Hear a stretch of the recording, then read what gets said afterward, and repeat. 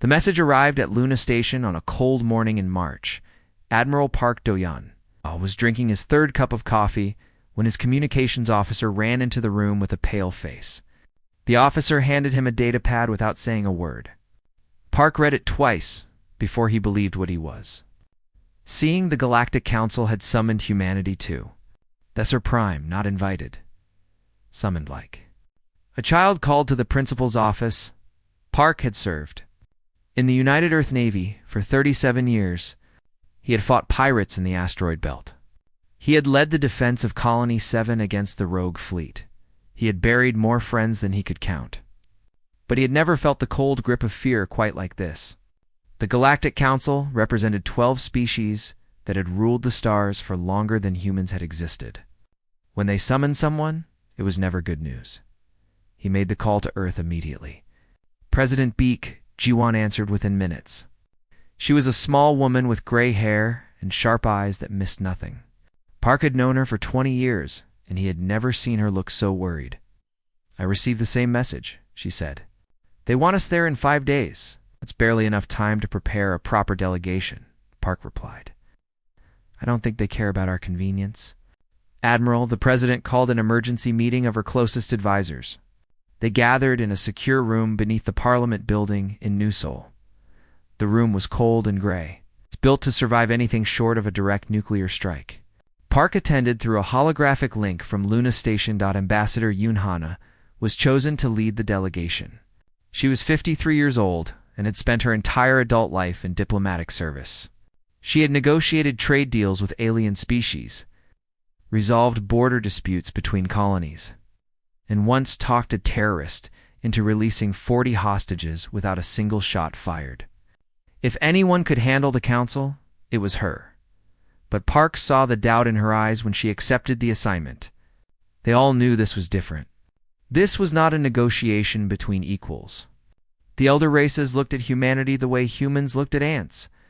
Interesting, perhaps. Sometimes useful, but never important. Captain Kang Tae-woo was assigned to transport the delegation on his flagship, the UES Indomitable. He was a tall man with broad shoulders and a face that rarely showed emotion.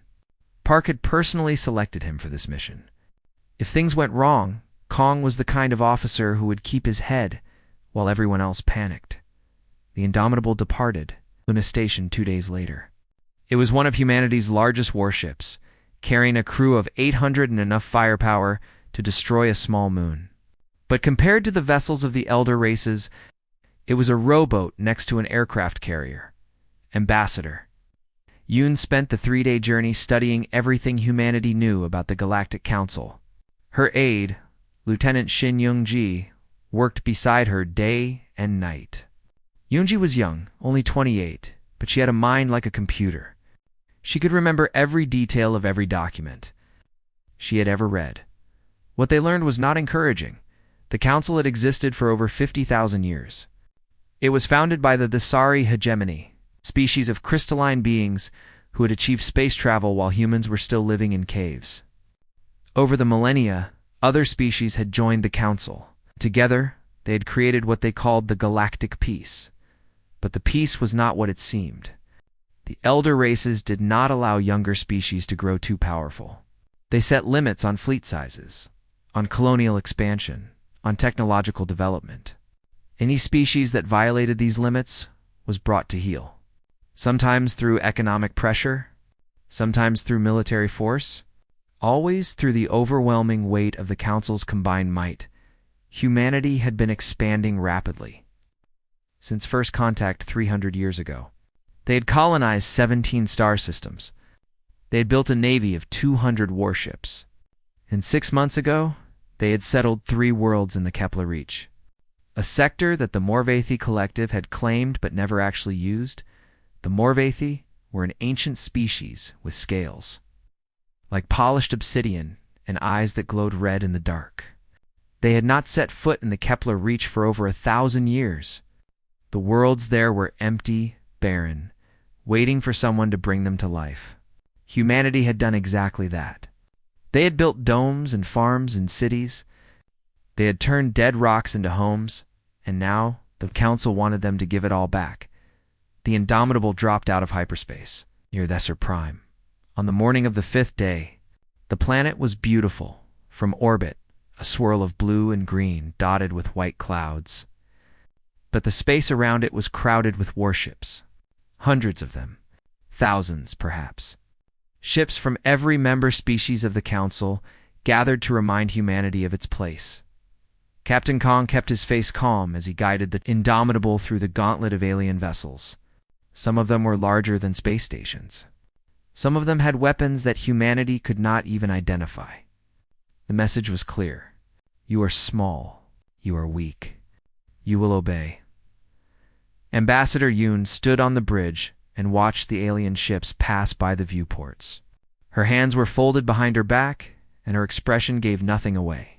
But Lieutenant Shin noticed that she was gripping her own wrist so tightly that her knuckles had turned white. They landed at the Council's central complex, a massive structure of white stone and flowing water that covered an area larger than most cities. Alien diplomats moved through the halls, creatures of every shape and size. Some walked on two legs like humans. Some floated through the air. Some slithered along the ground, leaving trails of slime behind them. The humans were escorted to a waiting chamber, told that the Council would see them in 1 hour. The chamber was comfortable enough, with soft chairs and a table covered with alien foods, but Yoon did not sit. She paced back and forth, running through her arguments one more time when the hour ended. They were led into the Council chamber. It was the largest room Yoon had ever seen. The ceiling was so high that it disappeared into darkness. The floor was made of a single piece of polished crystal that reflected the light of 1,000 floating orbs. And at the center of it all, on 12 towering thrones arranged in a half-circle, sat the representatives of the elder races. High Arbiter Velen of the Thesari hegemony occupied the central throne. His body was made entirely of living crystal, transparent and glowing with inner light. He was over 3,000 years old, and he had overseen the subjugation of a dozen younger species. To him, humanity was just another problem to be solved. Yoon walked to the speaking platform at the center of the chamber. She could feel the weight of thousands of eyes upon her. She could feel the contempt radiating from the thrones above. You have been summoned to answer for your crimes, Velen said. His voice was like the sound of glass breaking, sharp and cold.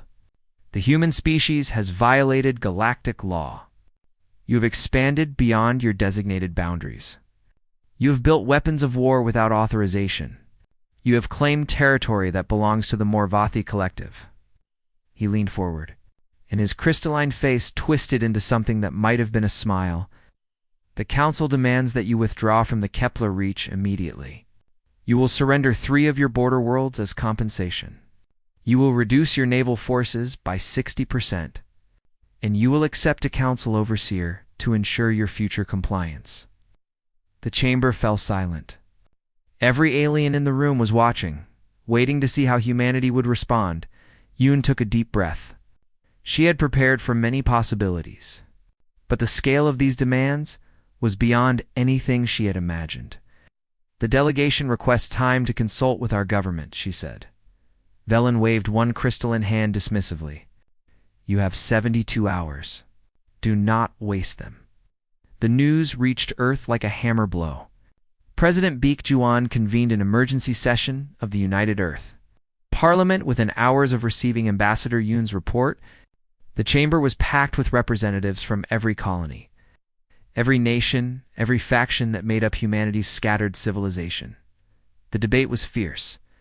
Some argued for compliance. The elder races had ruled the galaxy for 50,000 years. Their technology was beyond anything humanity could match.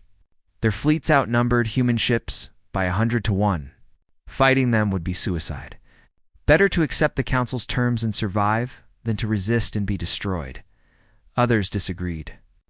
Representative Choi Minha from the Kepler colonies stood before the Parliament with tears of anger in her eyes. Her family had helped build the first dome on Kepler 3. Her children had been born under its artificial sky. She asked the Parliament how they could ask her people to abandon everything they had created.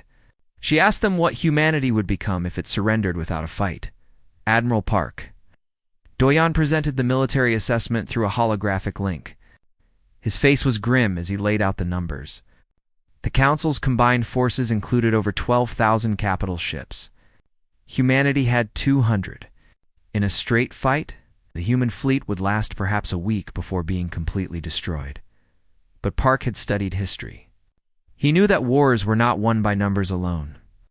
The elder races had not fought a real conflict in millennia. Their officers were politicians, not warriors. Their crews had never faced actual combat. They had grown soft in their long peace, confident in their superiority, blind to their own weaknesses. Humanity, on the other hand, had never stopped fighting. The 21st century alone had seen 3 world wars. The colonization era had brought conflicts over resources, territory, and ideology. Human soldiers were hardened by centuries of bloodshed. Human commanders had learned their craft through bitter experience. Park told the Parliament that victory was not impossible. It was not even unlikely. But it would require sacrifice on a scale that humanity had not seen since the great wars of the previous millennium. The debate continued for hours. Voices rose and fell. Accusations flew across the chamber. At one point, 2 representatives nearly came to blows before security separated them. President Beak listened to it all without speaking. She sat in her chair with her hands folded in her lap, her face unreadable. When the debate finally exhausted itself, she rose to her feet. The chamber fell silent. She spoke quietly, but her words carried to every corner of the room. She said that she had spent her entire life serving humanity. She had been a soldier, a diplomat, a politician. She had seen the best of her species and the worst. She knew what they were capable of when pushed to the edge. She asked them a simple question. What kind of people did they want to be? Did they want to be the species that knelt when threatened?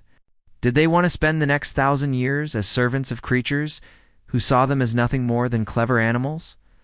Or did they want to stand up, look their enemies in the eye, and show them what humanity was made of? The vote was not unanimous, but it was decisive. By a margin of 3-1, the Parliament authorized military action if the Council refused to negotiate in good faith. Meanwhile, aboard the indomitable ambassador, Yoon was conducting her own investigation. She could not sleep after the Council's session. The demands had been too specific, too coordinated. This was not a reaction to humanity's expansion. This was a trap that had been set long before they arrived. Lieutenant Shin Yongji helped her access the ship's historical archives. They searched through thousands of records, diplomatic correspondence, intelligence reports, anything that might explain what was really happening. What they found changed everything. The Galactic Council had done this before. It's not once or twice, but 17 times over the past 10,000 years. Whenever a younger species began to grow too quickly, the Council found an excuse to summon them. The charges were always similar: unauthorized expansion, military buildup, violation of some obscure treaty clause. The younger species always complied. They had no choice. The Council's power was too great, its reach too long. One by one, they surrendered their fleets, their colonies, their futures. They became client races, dependent on the elder species for everything. Their cultures faded. Their populations declined. Potential was smothered before it could bloom. Shin found records of the Valori, a species that had once built starships powered by harmonic resonance. Their vessels were said to sing as they traveled through hyperspace, beautiful sounds that could be heard across light years. Now the Valori worked in asteroid mines, extracting minerals for their Thesari masters. Their singing ships were nothing but legends. She found records of the Cassari, philosophers and thinkers who had developed theories of consciousness that even humans found fascinating. The Council had declared their gatherings potentially destabilizing. Now Cassari were forbidden from meeting in groups larger than 12.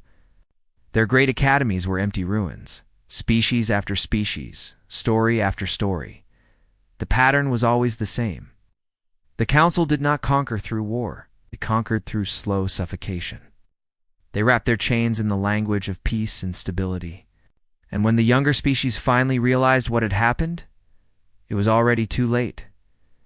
Yoon stared at the data on her screen for a long time. She thought about her children back on Earth, about the grandchildren she hoped to have someday. What kind of future would they have under the Council's shadow?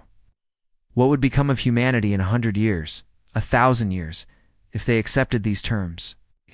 She made her decision, using the Indomitable's secure communications array. She transmitted everything they had found back to Earth. President Beak received the files personally.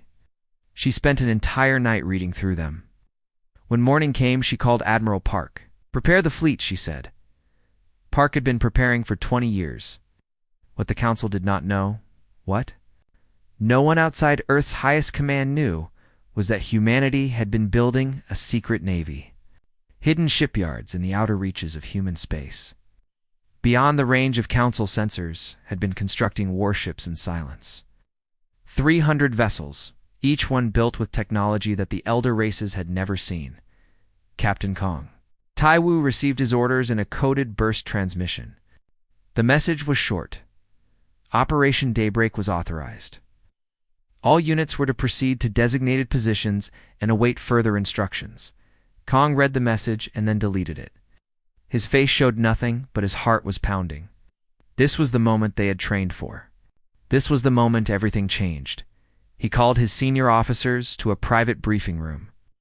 They gathered around a holographic display that showed the positions of Council forces across the sector. The enemy ships were scattered, confident in their superiority, unaware of the storm that was coming. "Gentlemen," Kong said, "the time for pretending is over. We are going to war." Ambassador Yoon prepared her final statement. In 53 hours, she would return to the Council chamber and deliver humanity's answer. She practiced the words over and over, each time finding new strength in them. They would not kneel. They would not surrender. They would not become another cautionary tale in the Council's archives. Humanity had come to the stars to be free, and they would die before they let anyone take that freedom away. On Earth, in colonies, across 17 star systems, in secret bases hidden among the asteroids, millions of men and women prepared for the fight of their lives. Some wrote letters to loved ones. Some prayed to gods they had almost forgotten. Some simply sat in silence, thinking about what was to come. They all knew the odds. They all knew the risks. But they also knew something that the elder races had forgotten long ago. Freedom was worth fighting for, okay? And humanity had never learned how to quit. Ambassador Yoon Hana walked into the Council chamber with 53 hours remaining on the deadline. She wore a simple black suit, the same one she had worn to her father's funeral 20 years ago. It seemed appropriate somehow. This was either the death of humanity's freedom or the birth of something new. Lieutenant Shin Youngji walked 3 steps behind her, carrying a datapad that she did not actually need. Everything important was already in Yoon's memory, burned there by hours of preparation. But the datapad made the aliens underestimate them. It made them think that humans needed machines to remember simple facts. Let them believe that the chamber was even more crowded than before. Word had spread throughout the galaxy that the humans were about to respond to the Council's demands. Diplomats, observers, and curiosity seekers had come from dozens of worlds to witness the moment. Oh. They packed the viewing galleries. A sea of alien faces looking down at the small human woman on the speaking platform. High Arbiter Velen sat on his crystal throne, glowing with satisfaction. He had done this many times before. He knew how the script went. The younger species would bargain, beg, and eventually submit. They always did. The weight of the Council's power was simply too great to resist. "You have had sufficient time to consider our terms," Velen said. "What is humanity's answer?" Yoon looked up at him. She was so small compared to the crystalline giant, barely reaching his knee even when he was seated. But her voice carried across the vast chamber without any amplification, clear and strong. "Before I give our answer," she said, "I would like to tell you a story." A murmur ran through the galleries. This was not how these things usually went. The Morvathi representative shifted on his throne, his red eyes narrowing. The Thesari beside Velen exchanged glances of confusion. 10,000 years ago, Yoon continued, there was a species called the Valor. They built starships that sang. Their technology was beautiful, elegant, unlike anything the galaxy had ever seen. They were peaceful. They were creative, were full of potential. She paused, letting the silence stretch. The council summoned them to this very chamber. They were accused of expanding too quickly, of building too many ships, of threatening galactic stability. They were given demands much like the ones you have given us, and they complied. They had no choice. They were young, and you were old, and they believed that peace was worth any price. Villan's glow flickered slightly. This is ancient history. It has no relevance to the current matter. I disagree, Yoon said. Because I have seen what happened to the Valori after they surrendered. I have seen the records that you tried to bury. Their singing ships were dismantled. Engineers were reassigned to mining operations. Population was reduced by 90% over the following millennia through birth quotas and forced relocations. Today, the Valori are slaves in all but name. They work in your asteroid mines, extracting resources that they will never benefit from, and they have forgotten how to sing. The chamber had gone completely silent. In the viewing G galleries, representatives of a dozen client species were listening with expressions that the elder races had never seen before. Hope, anger, recognition. The Cassari Yoon said, philosophers who explored the nature of consciousness itself. You've accused them of spreading dangerous ideas. You forbade them from gathering in groups. You burned their libraries and scattered their scholars. Now they are nothing but a curiosity, a broken people who exist only because you find them occasionally useful. She began to walk slowly around the speaking platform, her footsteps echoing in the silence.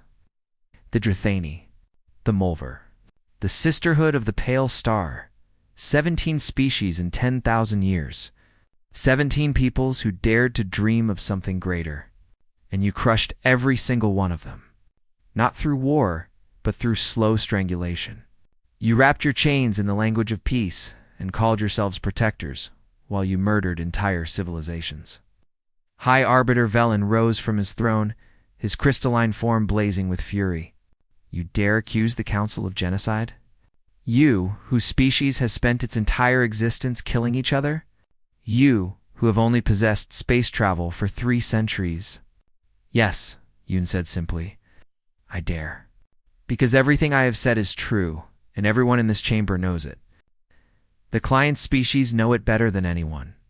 They live with the consequences of your peace every single day. She turned to face the alien crowd directly. Her voice rose, reaching every corner of the vast chamber. Humanity has a message for the Galactic Council. We reject your demands. We will not withdraw from the Kepler Reach. We will not surrender our colonies. We will not disarm our fleet.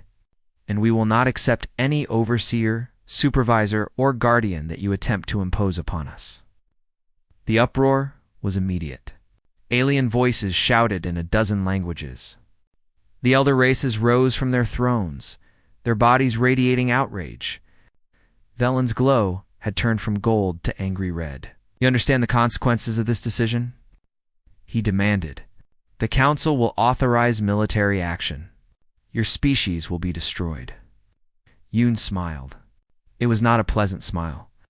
I suggest you check your communications, Velen froze. Around him, the other members of the Council were receiving urgent messages from their homeworlds. Their expressions changed from anger to confusion to something that looked very much like fear. What have you done? The Morvathi representative hissed. Humanity has not been idle during our negotiations, Yuan said. For the past 20 years, we have been preparing for this moment. Right now, as we speak, our hidden fleet is moving against strategic targets throughout Council space. Your border stations in the Kepler sector have already fallen. Your early warning networks have been disabled. And your precious Morvathi shipyards at the Thesan Vale are under attack. She let that sink in for a moment before continuing. We did not want this war. We came to the stars seeking partners, not enemies. But you gave us no choice. Your council does not want peace. It wants submission. And humanity will never submit. Velen regained his composure with visible effort. You cannot win against us. Our combined forces outnumber yours by orders of magnitude. This attack is nothing but the tantrum of a primitive species that refuses to accept its place in the natural order. Perhaps Yoon agreed. But consider this. Your fleets have not fought a real battle in 4,000 years. Your officers have never faced an enemy that shoots back. Your soldiers have never known the fear of death. You have forgotten what war really means. She stepped closer to the towering thrones, her small figure dwarfed by the ancient beings around her. Humanity has never forgotten. We have spent our entire existence fighting. Against each other, against nature, against the universe itself. We have survived ice ages and plagues, world wars and nuclear fire. We have clawed our way up from the mud of our homeworld to the stars themselves through sheer stubborn refusal to die.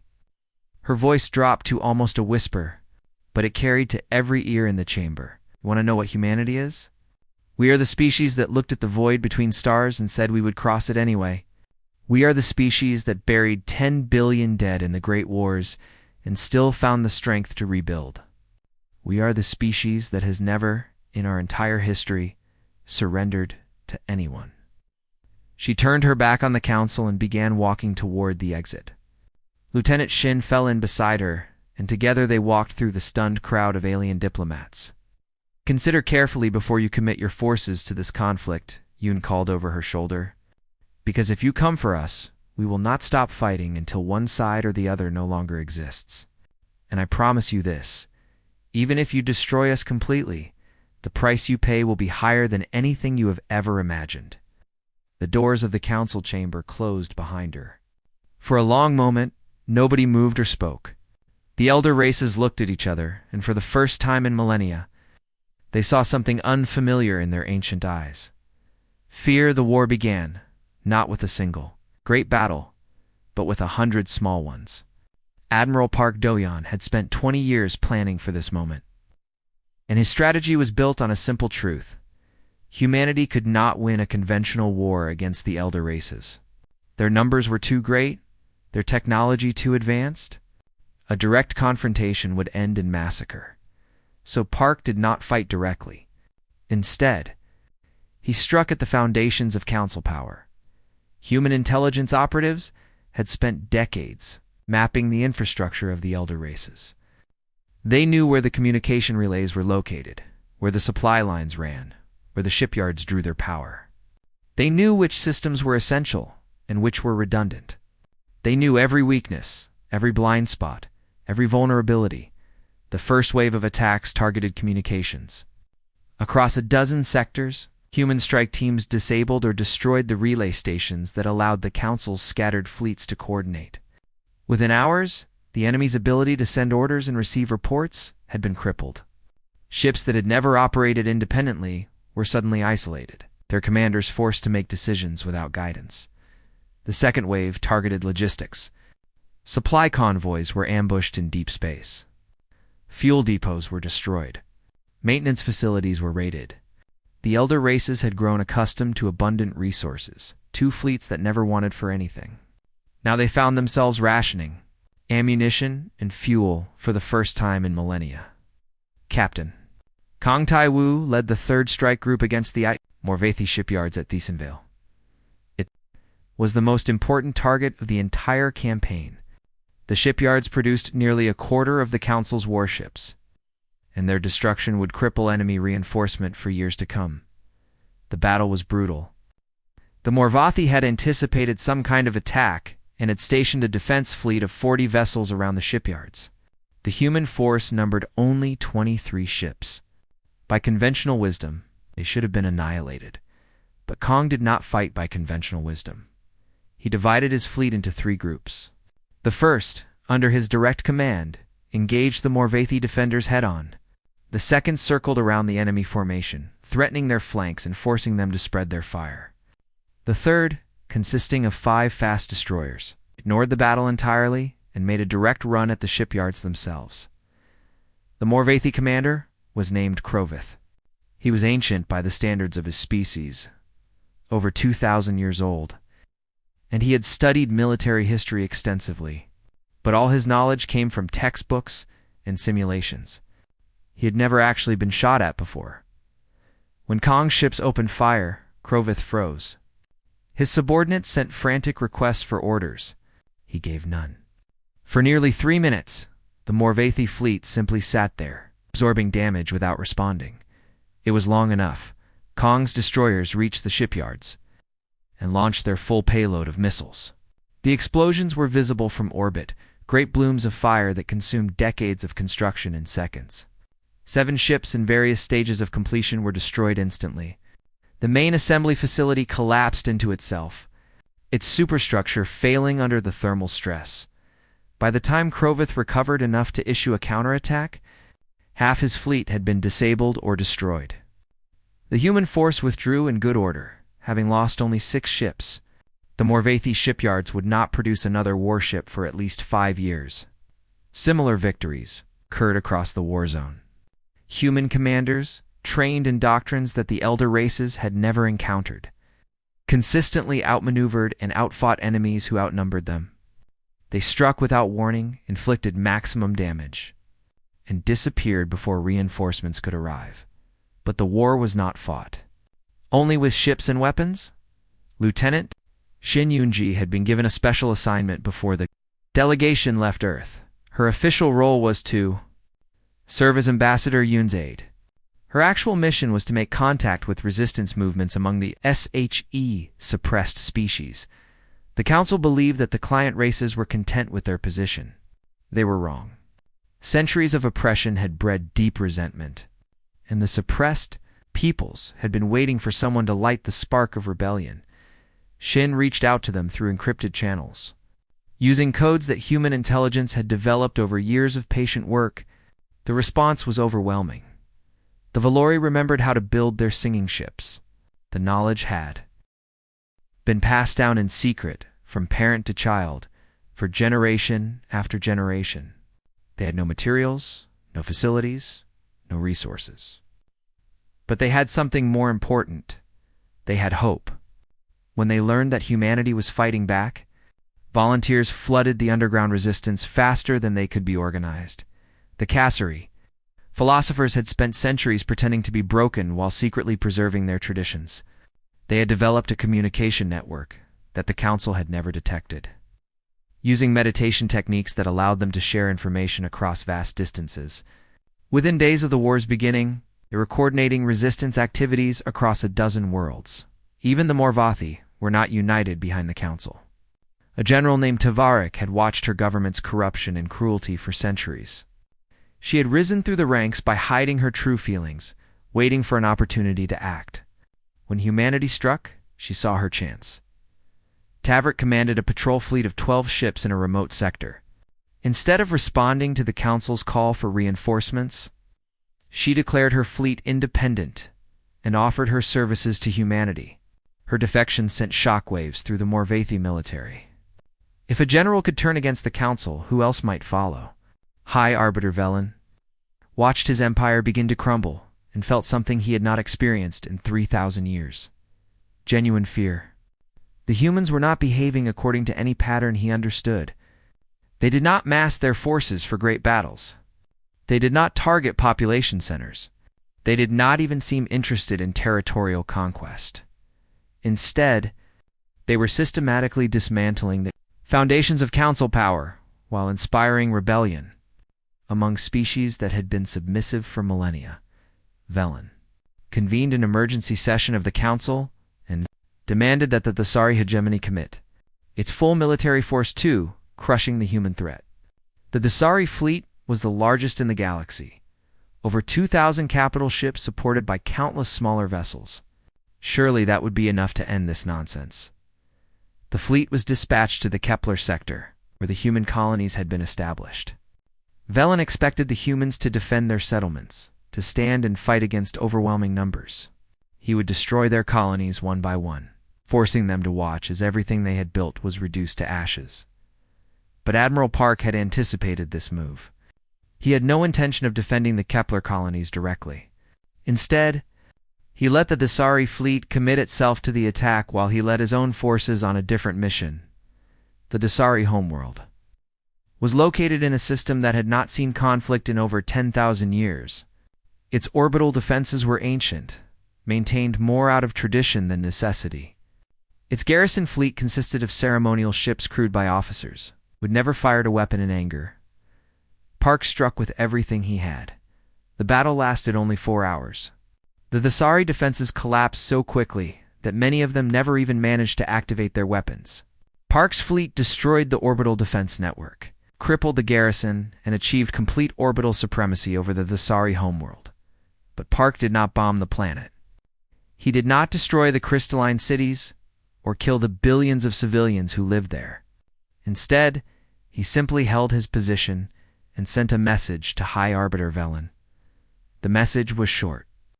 It said that humanity could have destroyed the Thesari homeworld. They chose not to. It's time. If the Council wished to continue the war, they should consider carefully what they were risking. Velen received the message. While his fleet was still 3 days away from the Kepler colonies, he looked at the tactical display at the human ships orbiting his homeworld, and he understood something that he had refused to accept until that moment. He could not win, even if he destroyed the human colonies. Even if he killed every human in the galaxy, the damage was already done. The suppressed species were rising. The Council's infrastructure was shattered, and his own people, who had lived in safety for millennia, now knew that their safety was an illusion. For the first time in his 3,000 years, High Arbiter Velen considered the possibility of defeat. 6 months after the first shots were fired, the war ended not with a final battle but with a quiet surrender. High Arbiter Velen stood alone in his private chambers on Thetsur Prime, watching the news feeds from across the galaxy. Everywhere he looked, the old order was crumbling. Half the elder races had withdrawn their support from the Council, unwilling to risk their own homeworlds for a war they could not win. 3 species had openly allied with humanity. 2 more had descended into civil conflict as their own suppressed populations rose up against millennia of control. The Moravate collective had splintered. General Tavrik now commanded a coalition of rebel forces that controlled nearly a third of Morvathi territory. The traditionalists who remained loyal to the Council were losing ground every day. The Valori had begun building ships again. Not the great singing vessels of their ancestors, not yet, but the first new construction their species had undertaken in over 4,000 years. The sound of their work carried across the asteroid belts where they had been imprisoned. A song of defiance and hope. The Cassari had emerged from hiding. Their philosophers walked openly through the streets of their homeworld for the first time in generations. Gathering in crowds that would have brought immediate punishment just months before, they debated not ancient questions but new ones. What kind of future did they want to build? What had they learned from their long oppression? How could they ensure that it never happened again? Velen's crystalline form had dimmed considerably since the war began. The stress of watching his empire dissolve had taken a physical toll. Cracks had appeared in his structure, fractures that even the Sari medicine could not heal. He was dying and he knew it. A messenger arrived with word that the human delegation had arrived for the peace negotiations. Velen straightened his form, hiding his weakness as best he could, and made his way to the council chamber one last time. The chamber was nearly empty now. Only a handful of the elder races had sent representatives. Most of those had already indicated their willingness to accept whatever terms humanity offered. The viewing galleries, once packed with observers eager to watch younger species kneel, now held representatives of those same species waiting to witness a very different kind of ceremony. Ambassador Yoon Hannah entered through the same doors she had used 6 months ago. But this time, she was not alone. Behind her walked Admiral Park Do-yeon, Captain Kong Tai-woo, Lieutenant Shin Yoon-ji, and dozens of others representing humanity's military and diplomatic corps, and behind them came representatives of 11 other species. The Valori engineer who had designed the first new ship, the Cassari philosopher who had coordinated the resistance communications, General Tavrik of the Morvathi rebels. Leaders and heroes from worlds across the galaxy, united by their shared struggle against the Council's tyranny, they did not walk as supplicants. They walked as equals. Yoon took her place at the speaking platform and looked up at the diminished High Arbiter. She felt no triumph, no satisfaction in his defeat.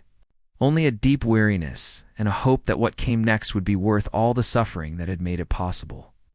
High Arbiter Velen, she said, humanity has not come to demand surrender. We have not come to impose the same kind of domination that your council practiced for 10,000 years. We have come to propose something different. Velen's voice was weaker than it had been, his crystalline resonance dulled by illness and exhaustion. What do you propose?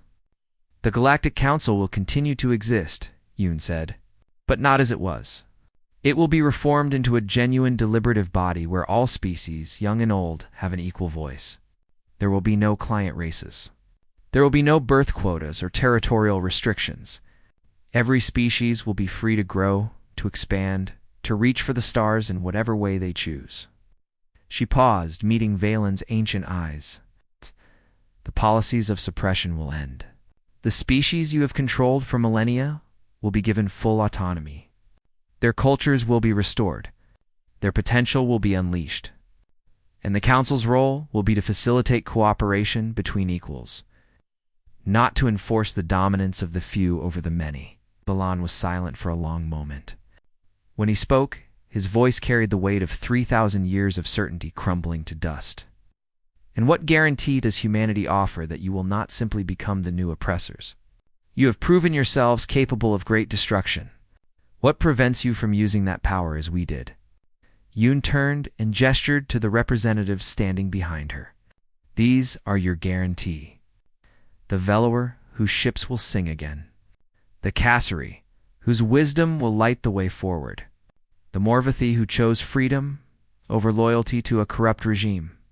A dozen species who stood with us, not because we conquered them, but because we offered them something your council never did.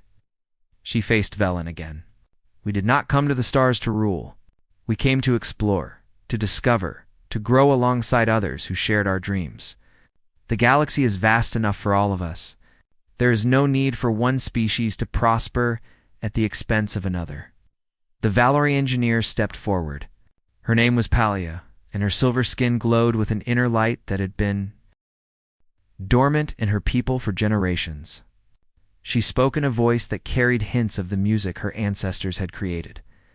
My people have spent 4,000 years in darkness, she said. We forgot what it meant to dream.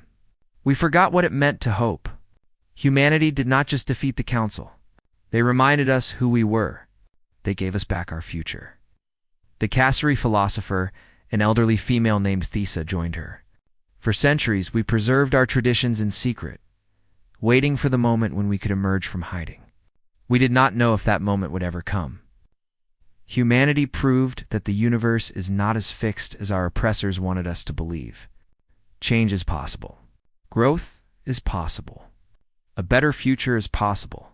General Tavrik was the last to speak. Her scales were scarred from decades of military service, and her red eyes held the wariness of someone who had seen too much death. I served the old order for 200 years, she said. I told myself that I was keeping the peace, maintaining stability, protecting my people. But I was lying to myself. I was protecting a system that existed only to crush anyone who threatened its power. When I saw humanity stand against the Council, I knew that I could not be silent any longer. I would rather die fighting for something true than live another century serving something false. Velen looked at the faces around him. Alien faces, human faces, faces that showed determination and hope and the strength that comes from shared struggle. He understood, finally, that the universe he had known was gone forever. The question now was what would replace it. I accept your terms, he said quietly. The Council will be reformed according to your proposal. The old ways are ended. You nodded. There was no celebration, no cheering. Everyone in the chamber understood that this was not an ending, but a beginning. The real work of building a new galactic order would take decades, perhaps centuries. There would be setbacks and conflicts. Old hatreds would not disappear overnight. But for the first time in 10,000 years, the future was open. Anything was possible. The new Galactic Assembly would convene in one standard year. On a human colony world that had been given a new name for the occasion, they called it Hope.